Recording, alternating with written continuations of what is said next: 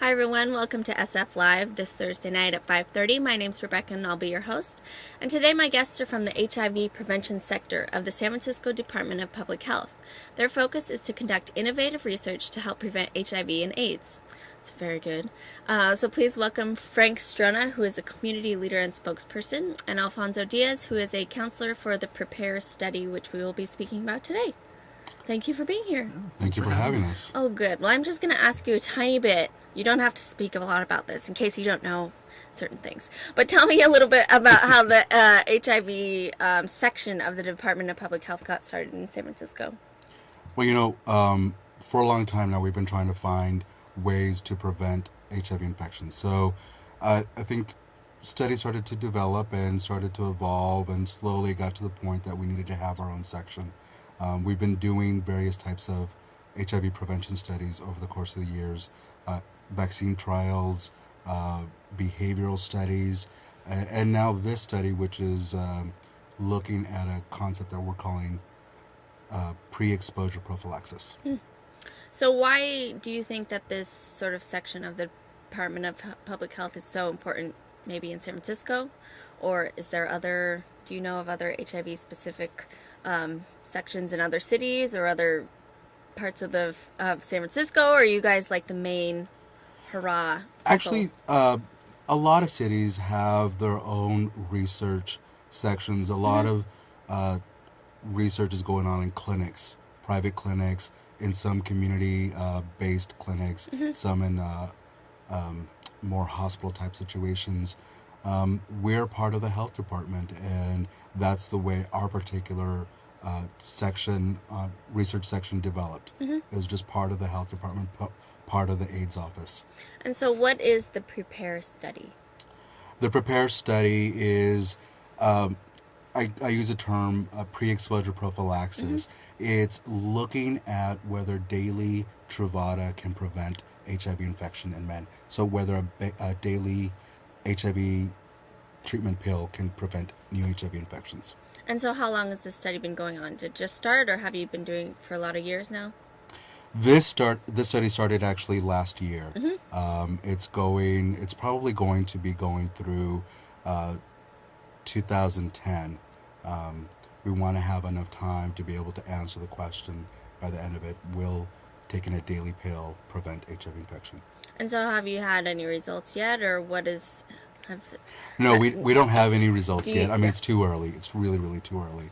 However, we've definitely been going for a while. We've had a lot of guys step up and take part in it. So, like I said, we should have an answer in 2011. So, Frank, how are you involved in the PREPARE study? Well, I'm a big advocate. I think as a sexual health specialist here in the city, I've been a long time. I've been here almost 17 years, really advocating that gay men have to take part in their own health care. They have to take part in their planning for who we are as healthy men and women, regardless of what's being delivered in terms of therapies or what larger constructs are telling us what to do.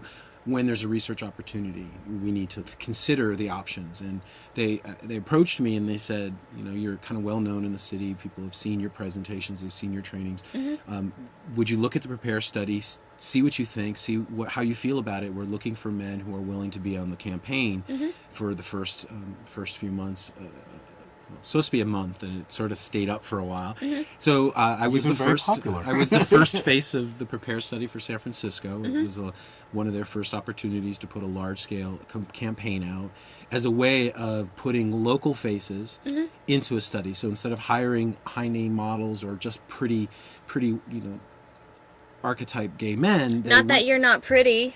Well, to some I might be. Some I might be. But the idea was they wanted everyday, real live people. People you'll see in Muni. People you'll see at the nightclubs. You'll see in the various venues around town. So they approached me and I agreed and have had a chance to really look at it and look at how we take responsibility. And I think it ultimately comes down to we have to take responsibility for ourselves and participate. And one person does make a difference. So when I was approached, I really considered my options. You'd give up a little bit of privacy. I've had people ask me questions from the toll booths to online strangers I've never met online who've seen the posters. So it's been kind of interesting. You know, and if I could just expand on that, it wasn't just about having people who don't look like the traditional model. It wasn't just about that. It was also about having people in the community that are respected. Uh, you know, people have known you for a long time. You've been around in San Francisco for a very long time, really promoting gay men's health. And your opinion is very well respected. And we were really excited that you actually did decide to join us in this. It was kind of funny. You know, you're seeing yourself in the big picture. And I actually didn't know it went up. And I got phone calls one morning saying, "Oh my God, you got to get on Muni today. Take Muni from downtown into the Castro." And I did, and I came out of the Muni station, and there it was, larger than life, at the top of the escalator. Oh, good. And I was like, "Oh." Did you just go stand right next to it? And Actually, I did. My mom was visiting, and my friends made her come downstairs, and I went down, and they had me taking pictures with it, and it's been fun. Sign autographs. But it is incredible to see that. I mean, and I so appreciate that. You know, all I do is share my stories, and I share stories about what gay men do and how do we do things better, how do we improve what we do, we don't have mentors. I think gay men in general have very few sexual mentors, and this is one way I can give back to the community by sharing another opportunity to say, look, consider, if you recognize me, then maybe this will be something you want to think about. I don't tell everybody to do it. I ask them, you know, when they ask me about it, it's like, well, let's talk with the guys there, see if you fit, see if it's something you believe in and can commit to, because it's a 2-year commitment, 2 possibly years. So, you know, you're looking at, there's some responsibility, there's definitely some action on your part. But it's been fun. It's been really interesting to see the response, and I do believe in research. Well, speaking of who is eligible, what are the requirements for someone to participate? You know, in a really broad way of speaking, a man, a gay, bi man, A man. who has sex, Uh-huh. And is HIV negative. And is 18. Or At over, least right? 18. Yeah. Thank you for clarifying that. Thank you. Yes, at least 18. But yeah, an HIV negative gay or bisexual man who's having sex with other guys. And so if someone's interested in doing this, what are the rewards for them, or why would they do it, or what are sort of the benefits for someone who is participating? You know, people are really making a huge commitment to sign up for this study, and we really acknowledge that.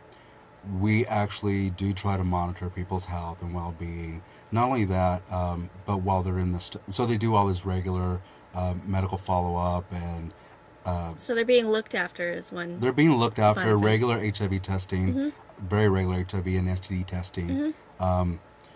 But also, while they're in the study, we do develop very close relationships with guys in the study.